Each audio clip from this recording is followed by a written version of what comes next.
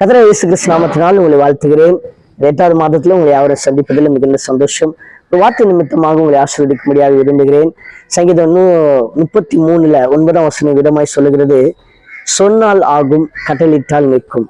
அவருடைய சொல், இயேசு கிறிஸ்துவினுடைய சொல், அது எல்லாவற்றையும் ஆகக்கூடாதவைகளை ஆக செய்யும். ஏன் தெரியுமா?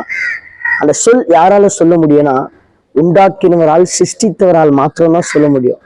கட்டளை என்பதற்கு அதிகாரம். அந்த கட்டளை யாரால் கொடுக்க முடியும் தெரியுமா? அதிகாரம் உள்ளவரால் மாத்திரம்தான் கொடுக்க முடியும். அதனால நம்மளுடைய வாழ்க்கையில இன்னைக்கு பலவிதமான காரியங்கள் ஆகக்கூடாதபடி இருக்கிற தருணங்கள் நம்மளுடைய வாழ்க்கையில் இருக்கக்கூடுமானால் இந்த மாதத்துல கர்த்தர் ஆம் என்றும் ஆமேன் என்றும் கர்த்தரை மாற்றுவார்.